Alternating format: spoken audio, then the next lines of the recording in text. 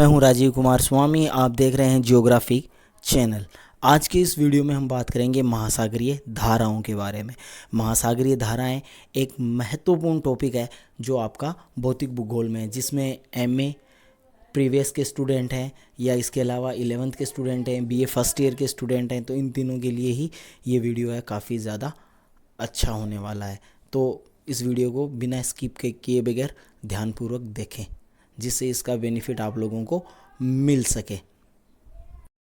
तो महासागरीय धाराओं की बात करें, महासागरीय धाराएं होती क्या है, ठीक है, क्या जो है किसे कहेंगे महासागरीय धाराएं। तो महासागरीय धाराएं क्या होती है कि महासागरों का जो सतह का जल होता है वो एक निश्चित दिशा में प्रवाहित होता है या उसमें गति उत्पन्न होती है, और उसी को क्या कहा जाता है, धारा कहा जाता है। ठीक है, तो इसमें आपको ध्यान रखना है महासागरीय सतह का यानी सतह के ऊपर का जल गतिमान होता है, उससे धारा कहेंगे।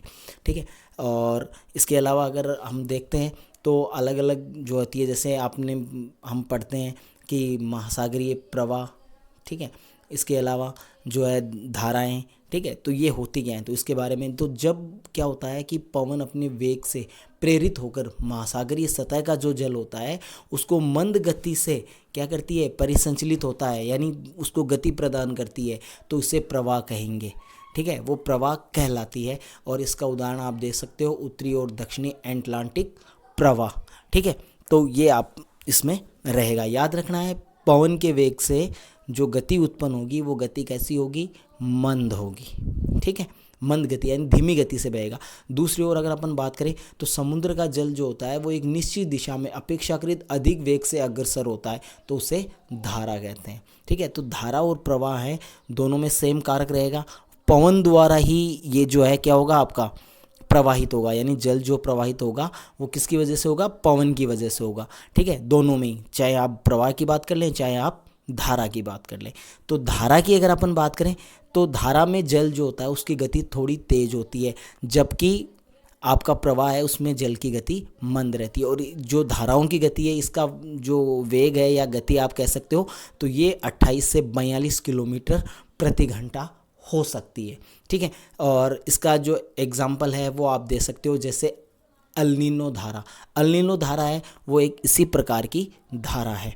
ठीक है, अब अल नीनो क्या है, तो अल नीनो की अगर अपन बात करें तो अल नीनो जो है वो पेरू तट के जो है पश्चिमी भाग में, ठीक है, पेरू के पश्चिमी तट पर आप कह सकते हैं, यहाँ पर उससे 200 किलोमीटर दूर, ठीक है, पेरू तट से 200 किलोमीटर दूर, कहाँ, प्रशांत महासागर में, ठीक है, उत्तर से दक्षिण दिशा में चलने वाली एक गर्म जल धारा है।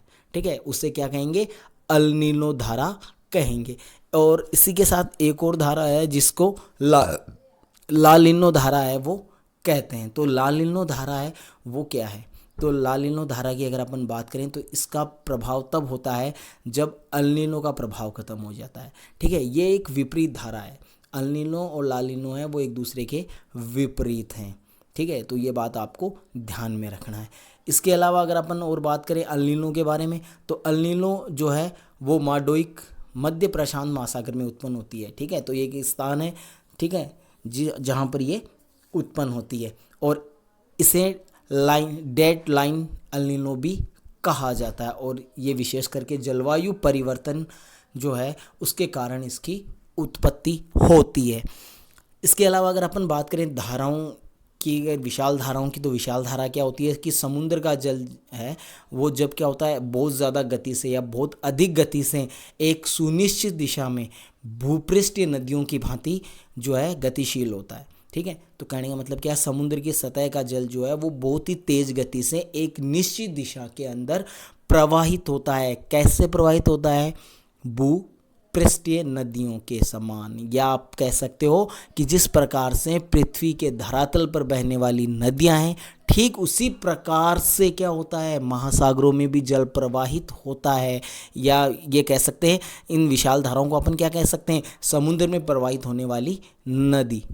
ठीक है, ये एकदम उसके समान है।